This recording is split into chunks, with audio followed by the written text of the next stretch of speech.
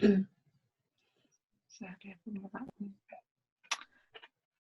I think we'll get going. I'll still be admitting people as they come through, so you guys can look off, that's why. So my name's Debbie Chalice. I work at LSE Library.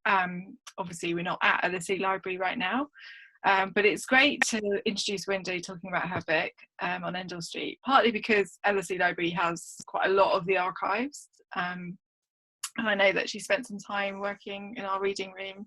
So this would have been in our reading room, and it would have been an absolutely lovely day, because it's on the top floor, the fourth floor of the library, and it's surrounded by windows, and the sun streams through, and it's really, really lovely place to work. I think it's one of the best archive places you can work in, really. So that's where it was planned to be, but we're really grateful that Wendy's agreed to do this anyway, and over Zoom, so we can still do something for Feminist Book Fortnight, because obviously Wendy's book only came out last month, so it's it fits into Feminist Book Fortnight in so many ways. It's out, new, it's about women, it's written by women, and it used resources from the Women's Library. So I'll just introduce Wendy a little bit, just to say she's a freelance writer and journalist. Her specialism is in writing medical histories, I think that's right, isn't it? Starting with a biography of John Hunter, the eminent surgeon, who of course gave his name to the Hunterian Museum, which is only just opposite us as well. The fourth book was the most recent one before this one, was called The Mesmerist, and it was about Victorian mesmerism. And this book, as I said, is about Endell Street Military Hospital. And we're, as I say, absolutely delighted that she's going to speak to us about this book tonight. I'll just go through what we're going to do. I'm going to hand over to Wendy in just a moment. I'm going to take this slide down and leave it and hand over to her. She's going to speak for 25 minutes or so. And then if you want to ask questions in the chat, as I said when people were coming in, Maria is going to be there looking at the chat, and I will be too, and we'll ask you to then I'll ask you either to unmute yourself, or I can ask the question for you if you don't want to say it, but basically I'll ask you to unmute yourself, and then you can ask the question directly, and then we should finish up, but I'll give you fair warning about that. It's absolutely, as I say, great to have Wendy on Endell Street, because I think just before I joined LSE Library, there was we worked with Digital Drama, who if you haven't seen it, have a great documentary on Endell Street, and there was a drama performed that kind of reenacted some of the Endell Street military kind of hospital for one night. It was an interactive performance. So do have a look on that afterwards. In fact, I can share some links tomorrow, both to where you can get Wendy's book from and some independent booksellers, and also to the Digital Drama website. So with no further ado, I'm going to take this slide down. I'm going to then allow you to share the screen. So you should be able to do that now. I'm going to hand over to Wendy to talk about her book. Thank you. Okay. Okay, just setting up my PowerPoint. Hold on. Sorry, 1 minute.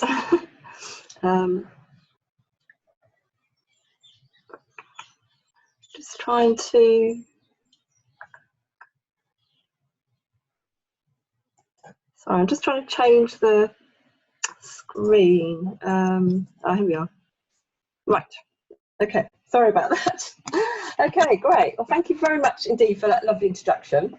It's an absolute delight to be talking to you, and very grateful to the Women's Library for hosting the event. And especially because, as Debbie said, I've spent so many hours in the Women's Library researching for this book, and have making some very emotional discoveries as well. So obviously at the moment we're all living through very strange times, and the story I'm going to talk about, I think, is has lots of parallels for us today. So the story is told in my book, and it's called Endell Street in the UK. It's also published in America as No Man's Land. Well, previously when I've given talks about my various books, I'm often asked how did I first come across the story that I'm writing about? And often the answer is quite dull. There's not really a eureka moment. But with Endell Street, there really was a dramatic moment of discovery. About 10 years ago, I walked into the Wellcome Library for the History of Medicine in Euston Road, and I saw this painting on the wall. Well, I did, I'm going to change my glasses now. I did a double take because it's rare enough today to see an operating theatre where all the doctors are female. Today, women make up about 48% of the medical workforce in the UK, but they are still underrepresented in lots of specialties and particularly in surgery. And then I discovered that this picture depicts an operating theatre in the First World War, which was run and staffed entirely by women at Endell Street Military Hospital. So I was amazed that the hospital wasn't better known, and so I began a journey to find out more about it and also to bring that story to life.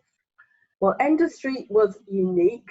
It was the only military hospital under the auspices of the British Army to be run and staffed by women. And the story of how the hospital came about is a remarkable example of courage, determination and stamina, which I think still speaks volumes to us today. When war broke out in August 1914, thousands of men signed up to fight, and women signed up in their thousands too.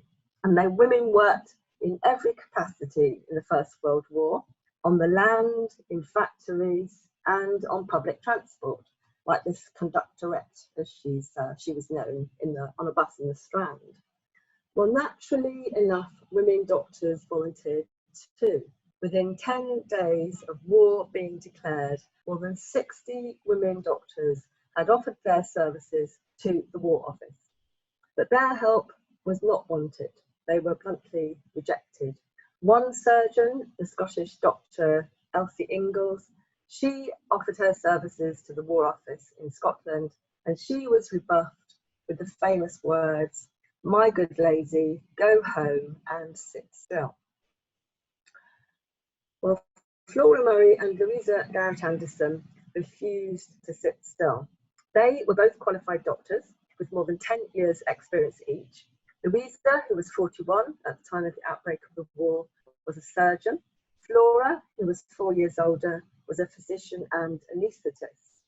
And they both originally trained at the London School of Medicine for Women. But despite the fact that their qualifications were exactly equal to male doctors, their services were not wanted. As women doctors, they had only been allowed to treat women and children, while women in the UK had won the right to qualify in medicine several decades earlier. And in fact, it was Louisa's mother, Elizabeth Garrett Anderson, who was the first woman to qualify in Britain to join the medical register in 1865. But nearly 50 years later, at the start of the First World War, women doctors were still confined to treating women and children only. So no jobs in mainstream hospitals were offered to women because the all-male boards gave those jobs always to men. And it was taboo for women doctors to treat men. And they rarely worked in surgery. So Flora and Louisa both had worked in women-run hospitals, treating only women and children. Louisa had worked as a surgeon at the new hospital for women, which was originally founded by her mother. It later became the Elizabeth Garrett Anderson Hospital. And together, Flora and Louisa, they had founded and they ran a small 7-bed hospital for children in a poor part of London. And the photograph on the left shows Flora in the middle of a very cramped outpatient department there. Well, Given the prejudice that they had both faced, it's not surprising they both became suffragettes. Louisa had served 4 weeks in Holloway prison for smashing a window. Flora had been Emmeline Pankhurst's honorary doctor, and she'd actually treated many suffragettes for the ill effects of forced feeding. And they were also life partners. Flora and Louisa were devoted to each other.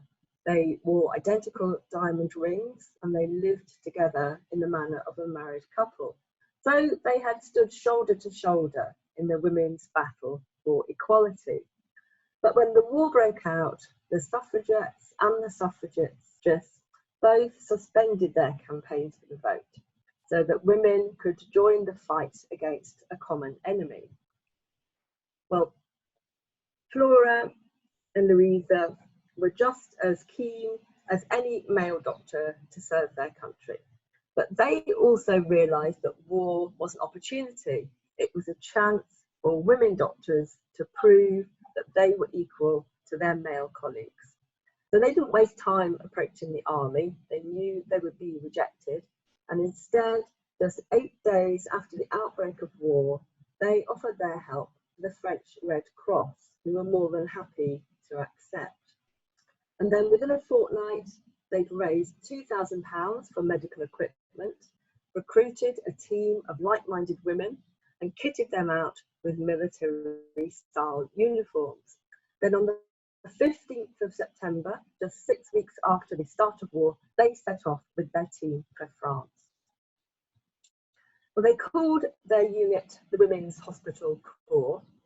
In addition to Murray and Anderson, the Corps comprised 3 women doctors, and later 2 more joined them, and 8 nurses, and later more nurses came out to France as well, and 3 women orderlies. Plus they had 4 male helpers. When they arrived in Paris, they were given an empty luxury hotel, the Hotel Claridge in the Champs-Élysées. It was brand new, it had never actually opened, and within 48 hours they had scrubbed the floors, set up camp beds, and converted the hotel into a 100-bed emergency hospital. So they turned the stylish salons and dining rooms into wards. The ladies' cloakroom became the operating theatre, which you can see in the photograph on the right, and the grill room, which had been originally designed for wealthy guests to linger over steak and clarets, that became their mortuary. And then on the second night that they had arrived at Claridge's, the wounded began to pour in. They were British and French soldiers who were coming back from the front line, which was roughly 60 miles outside of Paris. Well, the women doctors were, of course, very, even dangerously inexperienced. They had no experience of military surgery. They had little experience of major surgery at all, and they had never before treated men, but they learned fast. And in any case, the wounds and the conditions that they were treating were unprecedented. So no doctors, male or female, had ever previously encountered the scale and the extent of the wounds that the First World War unleashed. So the men came to them with huge, gaping, ragged wounds, with head injuries, with compound fractures where the bone was emerging from the skin. Sorry about people eating dinner. And all the wounds had extensive gangrene too, and there were some men with early signs of shell shock. Well, at first, army officials were hostile about the idea of a women's hospital, but they came to visit and they looked round and they were so impressed that they became allies and advocates for the women's work. So a few months later, when the women set up a second hospital near to Boulogne, the army actually gave that official status. So the Chateau Lucien, which you can see in the postcard in rather more tranquil times, that became the first hospital staffed by women to operate under the auspices of the British Army. And there they treated the wounded who were sent back in ambulance trains to Boulogne from the nearby battle from the First Battle of Ypres. And then, in early 1915, Murray and Anderson were invited to a meeting at the War Office in London with Sir Alfred Keogh, who was the head of the Royal Army Medical Corps. Well, Keogh had heard about their work, he'd heard it praised by his army colleagues in France, and he now asked them to run a major military hospital in the heart of London. Well, it was an astonishing request, but they accepted immediately. They knew this was their real chance to prove that women doctors were every bit as skilled as their male colleagues. So they closed their units in France and they moved back to London. Well, Endell Street Military Hospital opened in May 1915 in a former workhouse in Covent Garden. It had 520 beds. Later that became 573 in 17 wards, and all the wards incidentally were named after women, after female saints. And it was, and it would remain, the only hospital in the British Army to be run and staffed by women. Apart from 22 male RAMC officials, and later that was again reduced to 8, all of the 180 staff were women. So there were 14 doctors, 29 trained nurses, and more than 80 orderlies. And in fact, it was the orderlies who did most of the work. They were nursing assistants, stretcher bearers, cooks, clerks, cleaners, and many of them actually came from middle class or upper class backgrounds. They were women who'd never really worked before, so they'd come from households with servants. They'd never previously boiled an egg, let alone emptied a bedpan. And some of them were actually dropped off at the gates of Endell Street in the morning by chauffeured cars and picked up at the end of the day in the same way. But regardless of their background, all the women wore the same military uniform, as you can see here. They were awarded army pay and allowances, and they were given honorary military rank. So Murray and Anderson became the equivalent of majors, and Murray later was promoted to become a lieutenant colonel. So Endell Street was on the front line of the capital's medical care. Ultimately, there would be more than 300 military hospitals in London, but Endell Street was one of the 20 biggest military hospitals in the capital, and within central London, it was one of the 10 largest. And because of its proximity to Charing Cross, it was very close to the Strand, it received many of the most seriously wounded cases. The convoys of wounded usually arrived in the middle of the night. You can see a convoy arriving here in the courtyard with 2 women stretcher bearers. And the imminent arrival of a convoy was usually announced by a bell being rung twice in the courtyard. And when they heard that, the women orderlies who lived on site would hurriedly get dressed, put their clothes over their pyjamas, rush down into the courtyard and line up ready to unload the men. And up to 80 men might be arriving in a convoy at once. But Endell Street was really regarded as a huge gamble. So Alfred Keogh had actually been warned by his army colleagues that it would not last. He was told it would not survive 6 months. And the War Office actually put every obstacle in the women's way to try to, well, just to be as difficult as possible, really. But it not only survived 6 months, it was hailed a triumph. At first, in fact, some of those men who were arriving in that courtyard and being unloaded from those ambulances, they were so shocked to see women doctors that they thought they had been sent there to die, because they could not think of another explanation as to why they were being sent to a hospital that was run by women. But very quickly, they not only accepted women doctors, but they decided that theirs was the best hospital in London. Newspapers responded likewise. At first, the press really regarded Endell Street as something of a curiosity, a novelty, but this soon changed, and Endell Street was then hailed as an emblem of the Blighty fighting spirit. And the Suffragettes Hospital, as it was known, became described as the most popular and the most successful in London. Endell Street became renowned for its efficient organisation and its professional care. The staff treated more than 26,000 wounded. The vast majority of them were men, but they did also treat about 2,000 women. The surgeons performed more than 7,000 major operations, most of them done by Louisa Garrett Anderson. They often operated between 8 and 9 hours a day, and they introduced pioneering treatments.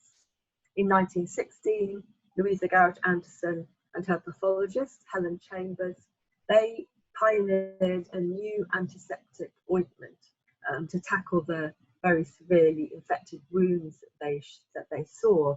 And the ointment was called bismuth iodoform paraffin paste, and it was known as BIP for short.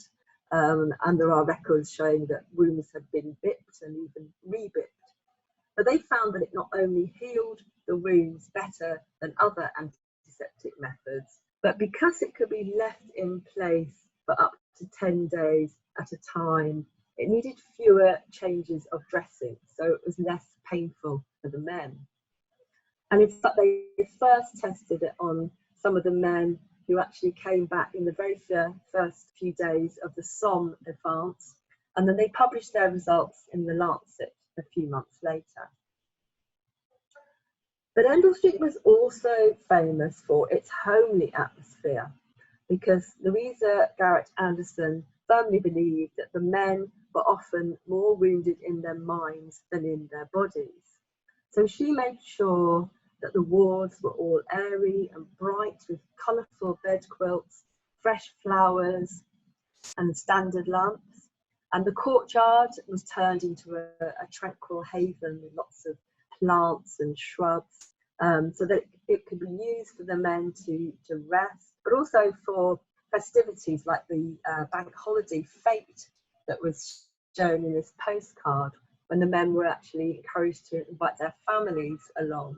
And that's why there's a little girl in the front of that picture. There was also a library which had about 5,000 books that was run by 2 famous authors, and a theatre where hundreds of entertainments were staged, including concerts, magic acts and pantomimes. And they had more than 1,000 entertainers who visited every year.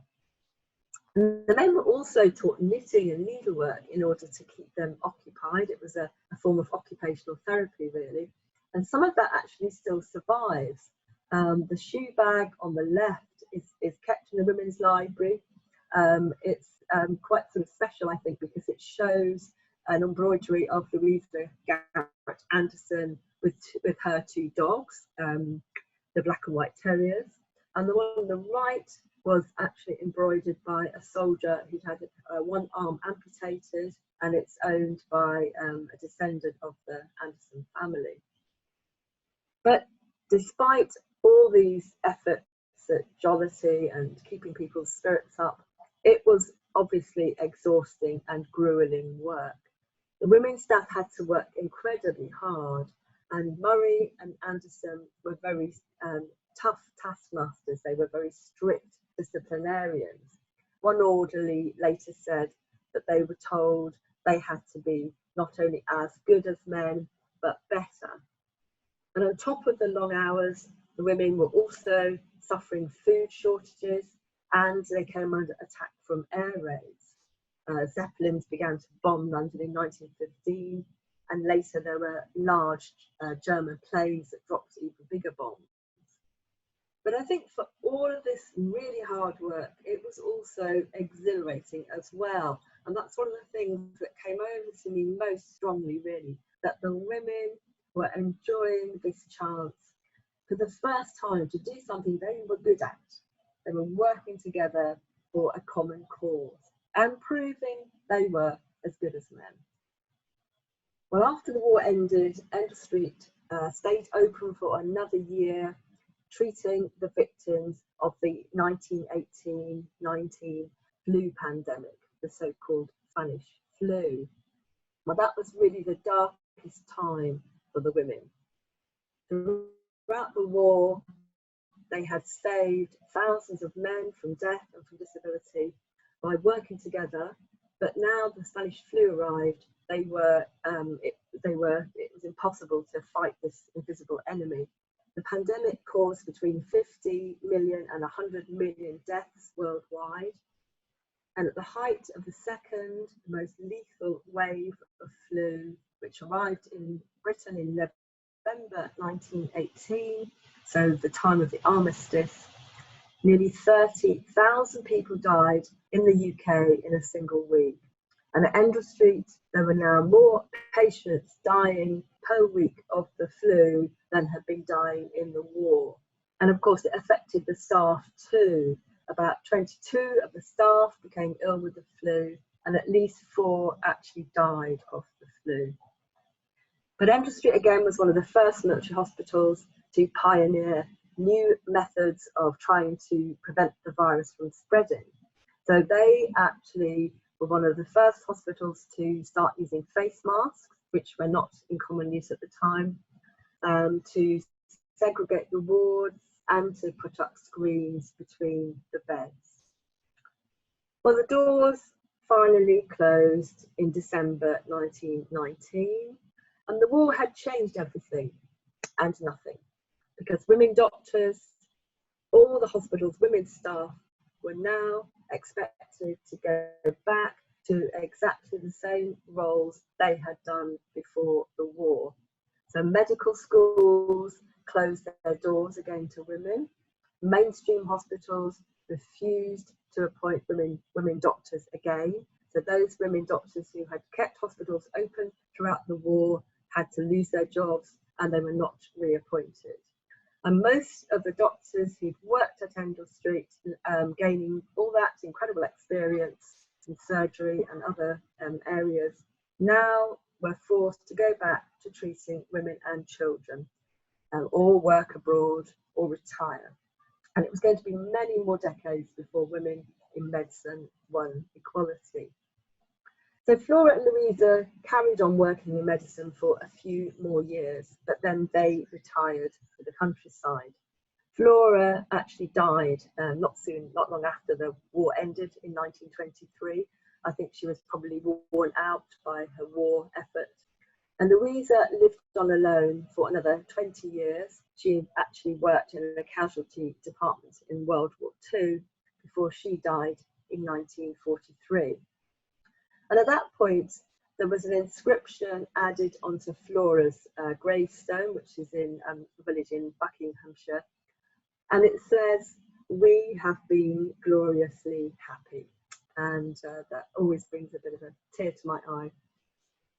Well, my book is a tribute to all the women who worked at Endell Street and all the men who were treated there. And I wrote it to give voice to them.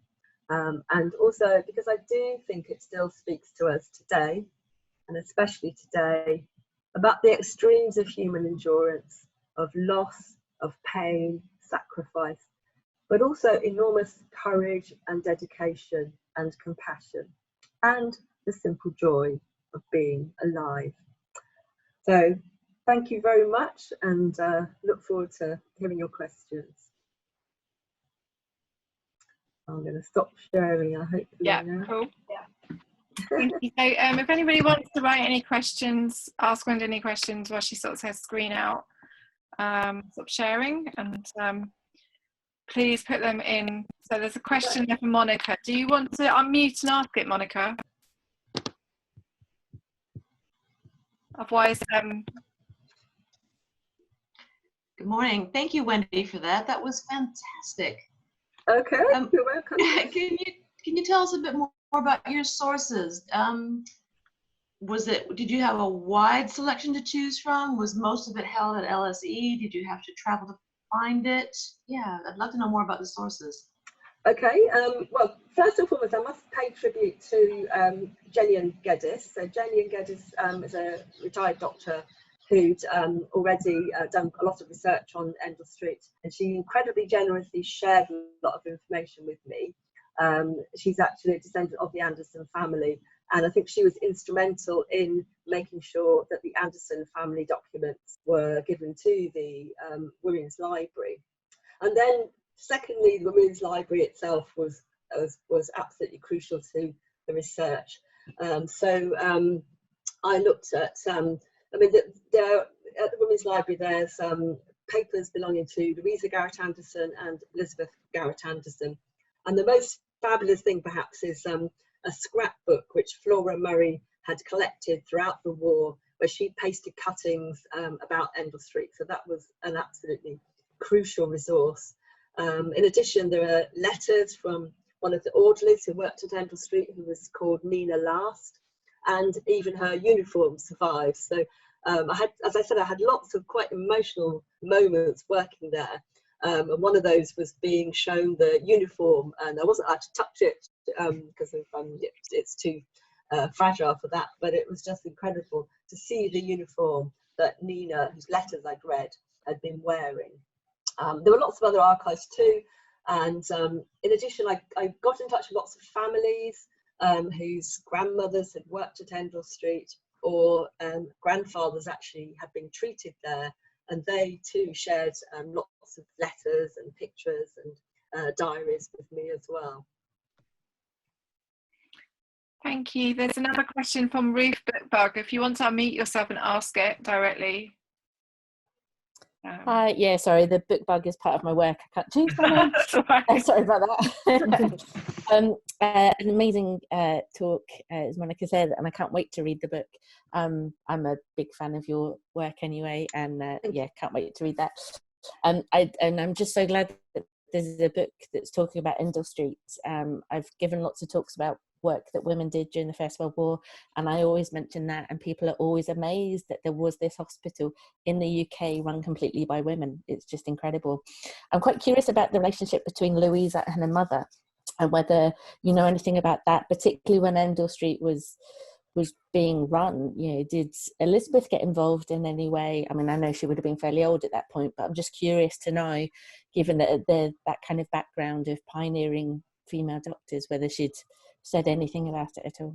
Yeah, okay, that's interesting. And there are letters between Louisa and her mother in Ipswich. From the age of 8, her letters were kept, and she called her parents Moodle and Poodle, which made me laugh. So they were very devoted letters, but there's a slight friction because Elizabeth Garrett Anderson, she'd lost one child actually, a sister of Louisa's, and so she was very protective of Louisa and her brother Alan's health. So I think that became a bit of an issue. So I think Louisa wanted to be quite independent, even though she was very loyal to her mother. By the time of the First World War, Elizabeth Garrett Anderson had retired as a doctor and retired from the EGA hospital, what became the EGA hospital. And she'd also become what they described as a bit wandery. So she was a little bit suffering from dementia, I think. So she apparently, it's a bit apocryphal, saw Louisa and Flora off at the station when they went off to Paris. And there were some letters back from Louisa telling her mother what it was like in Paris, describing the surgery. So she didn't really describe the surgery very often. I think she was sparing her family, but she did to her mother because she knew her mother would be very proud of her. But her mother did deteriorate quite quickly, and then she died. And I think that was 1917. She died, and there was a memorial service at that point in the little chapel that was part of the Endell Street Hospital site. So they had a big memorial service there.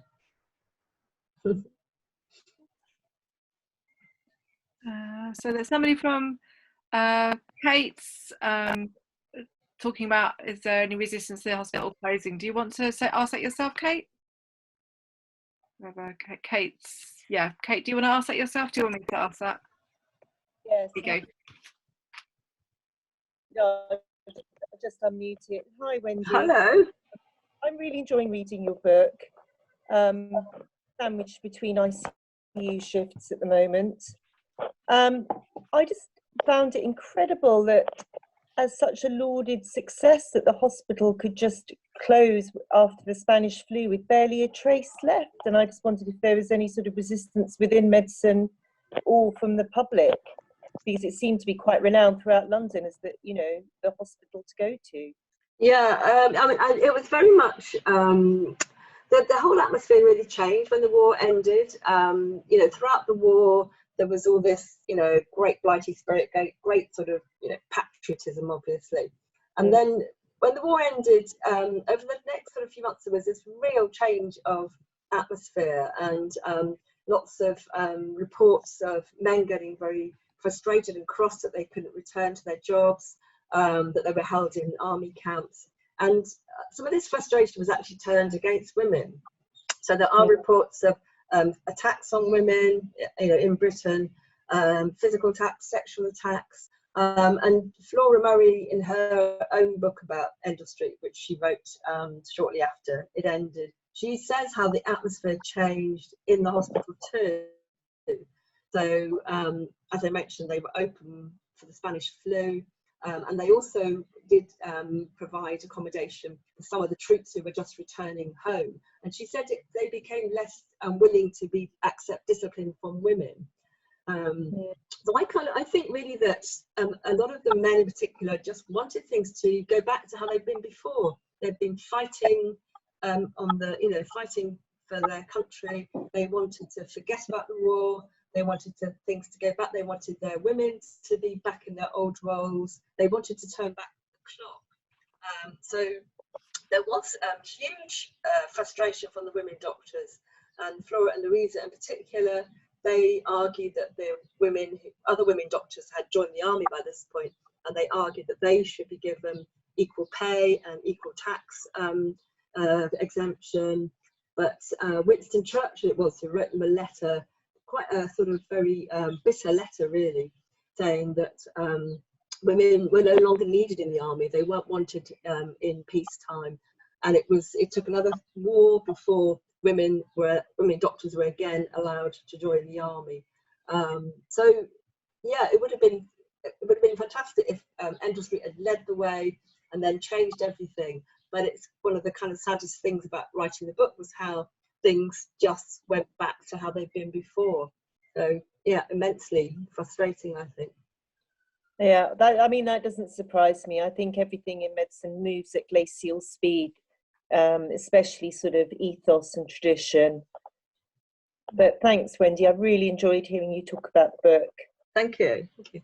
Thank you. There's a question from Martin. Do you want to unmute yourself and ask it, Martin? Oh, just a minute. I'll unmute you. Just a minute. So ask it again. I've just unmuted you. Okay. It's gone away. It seems to me that all these women there was a huge number of women were willing to come forward, and they're just waiting for the opportunity. And I don't know how long that had been the case, but I just wondered whether you knew of any similar expeditions by either nurses or women doctors to help in the Boer War. In the Boer War? Oh, okay. I don't really know of women doctors particularly. I mean, the nurses had obviously been allowed into the army, so there were nurses in the army. So this argument from male doctors that women, one of the arguments was that women could not become doctors and treat men because men would be too sensitive to it, and it would be too indecorous, and they'd have to treat wounds in vulnerable places. And it was ridiculous because obviously there were army nurses who had been treating male soldiers at that already. So there were women nurses who'd gone to join the army. They weren't actually on the front line, but they were pretty close to it. But there was this huge swell of women who were waiting. I mean, obviously I've written about the women who worked at Endell Street, but at the same time there were lots of other doctors who joined, and nurses and other women who joined the Scottish Women's Hospitals, which was a unit set up by Elsie Ingalls. So it was called the Scottish Women's Hospitals, but in fact it was just that she was Scottish. The women who worked for it were not all Scottish. But they set up a total of 8 hospitals in France and in Serbia and later in Russia. They did incredible jobs, really remarkable. And because of the success of Endell Street, the army also invited women doctors to join in 1917. So women doctors joined the army, and they went off to work in Egypt and Malta and elsewhere. But they were treated as second-class citizens. They weren't allowed to wear military uniform. They weren't allowed to travel in the same trains as other male army officers. They weren't allowed to eat their dinners in the mess. And often their orders, so they might prescribe something, they would be supermanded by a male orderly of a really low rank. So it was an uphill battle the entire way. Well, it's brilliant that they did it. Yeah, they had to keep bashing away at the door. That was I don't know how they maintained their perseverance, to be honest. Their actual determination beggars belief, I think, really. Thank you very much. There's a question from Carol Harris about the role in campaigning for equality. Would you like to ask your question, Carol? Yeah. Okay, I've unmuted you.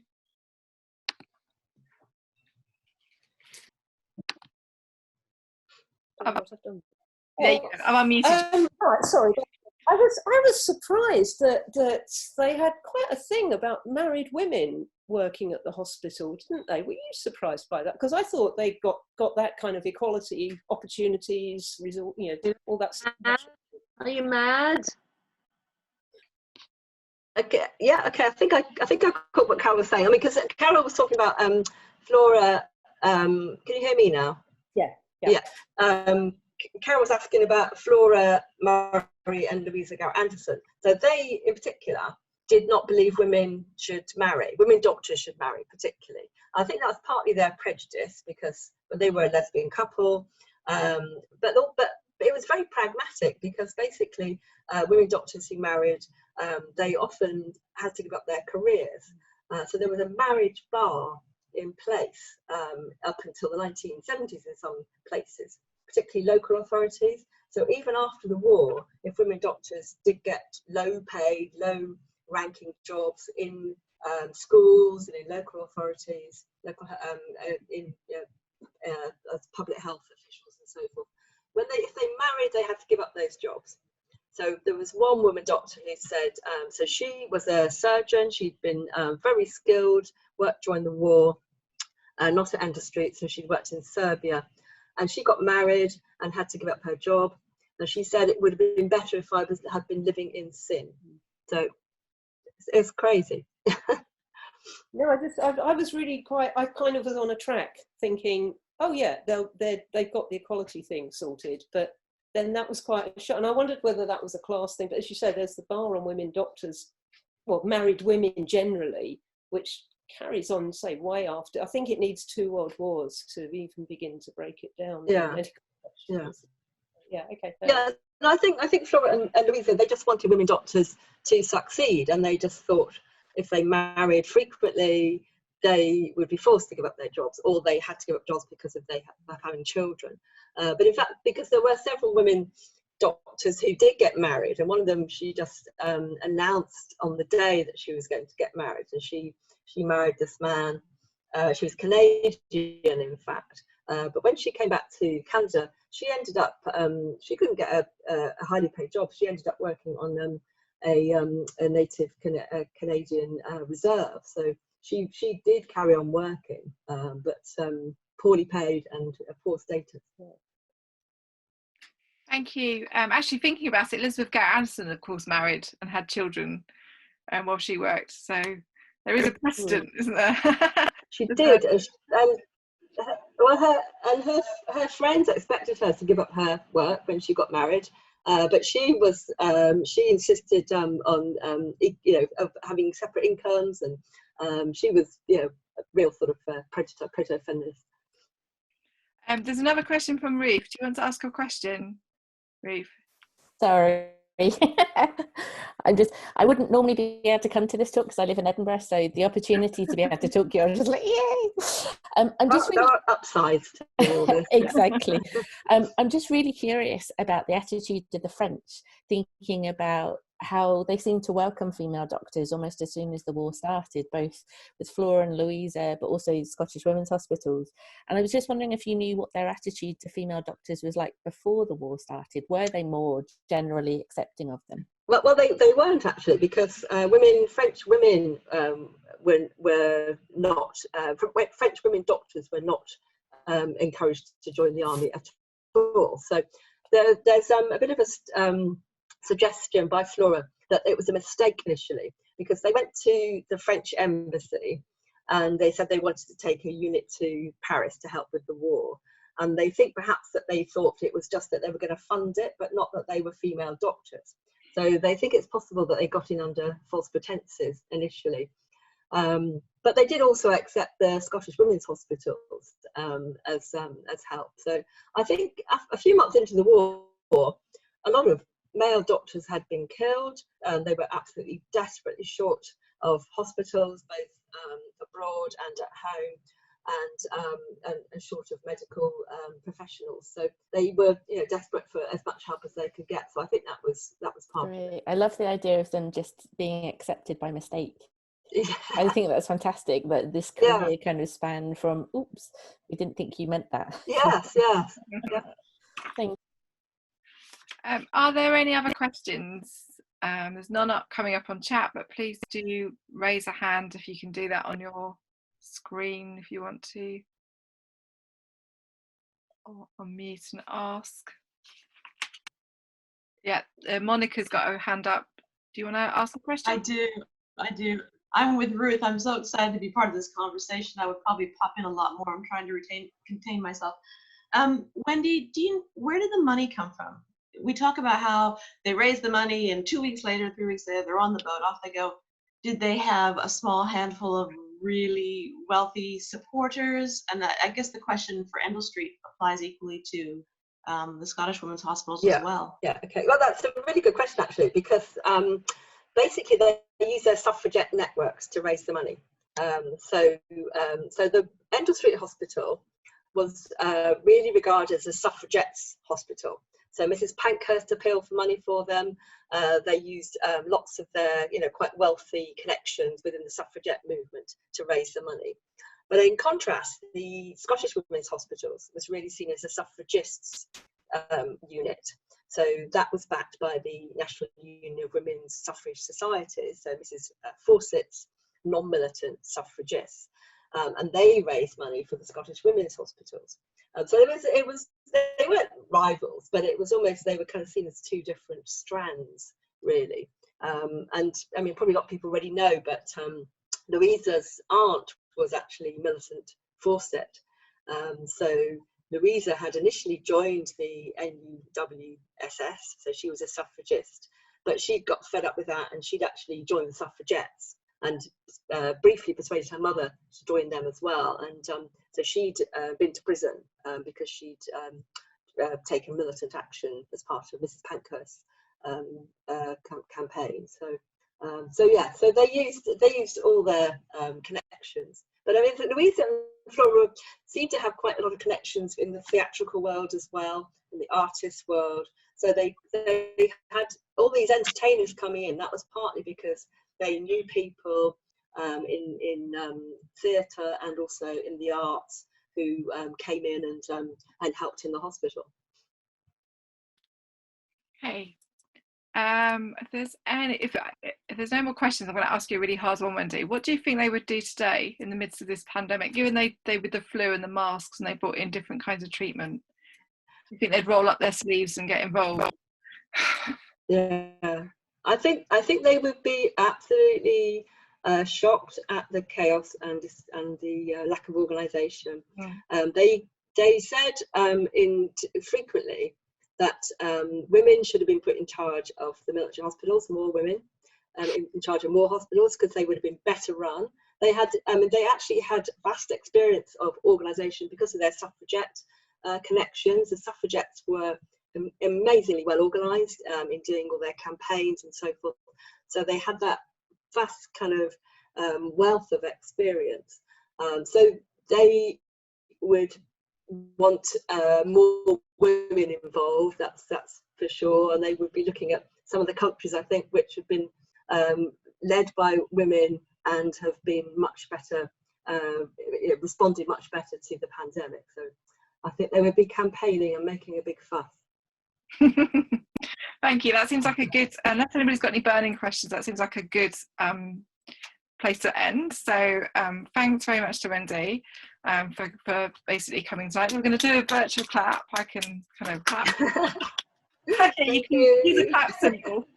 So, thanks very much. And thanks very much, everybody. I'm just going to share a screen that, if I can do this, let me just do it, which has the questions on it. I can do that. I don't know if I can do it. Yeah, there you go. If you go to menti.com, if anybody wants to go there, I'll just go there now. There should be a code that comes up. If I say that and it's not worked, this is when it doesn't work. Oh yeah, here we go. Yeah. I see it. Don't know if can everybody see a code on there? It's not showing up. It's not. No, you've got the first slide showing at the moment. Okay. There we go. Okay. Does it come up? The slide with the URL has. Yeah. So if it doesn't come up, don't worry, because I'm going to send around some links tomorrow morning anyway, with where you can buy the book from, and because there are some independent bookshops still going. So I know of a couple that are sourcing it. So I'll send that round, and I'll send a link round for people to share the details, because you're supposed to have a code for this, and this is the first time I've done it. So big thanks. Don't worry. Big thanks to Wendy, and yeah, and thanks to everybody for coming. And yeah, and our next event is on the 11th of June. It's women who write songs, get the title right. It's women who write songs, and it's mainly about Caroline Norton, who was a songwriter and campaigner in the 19th century. And it's actually a kind of performance come introduction to some of her poetry and songs by two musicians. We're hoping they may be in the same room, but we'll see. If not, it'll be socially distanced performance. But yeah, essentially it's two musicians, and do just check, we're on Eventbrite and it should be up online on our library page now. So sign up for that, and I'll send people the link, or the link will be made available 2 days beforehand. Okay, so thanks everybody, and thanks again for Wendy. Thank you very much indeed. It was a real pleasure, and thank you for all the help the Women's Library's given me too. Okay.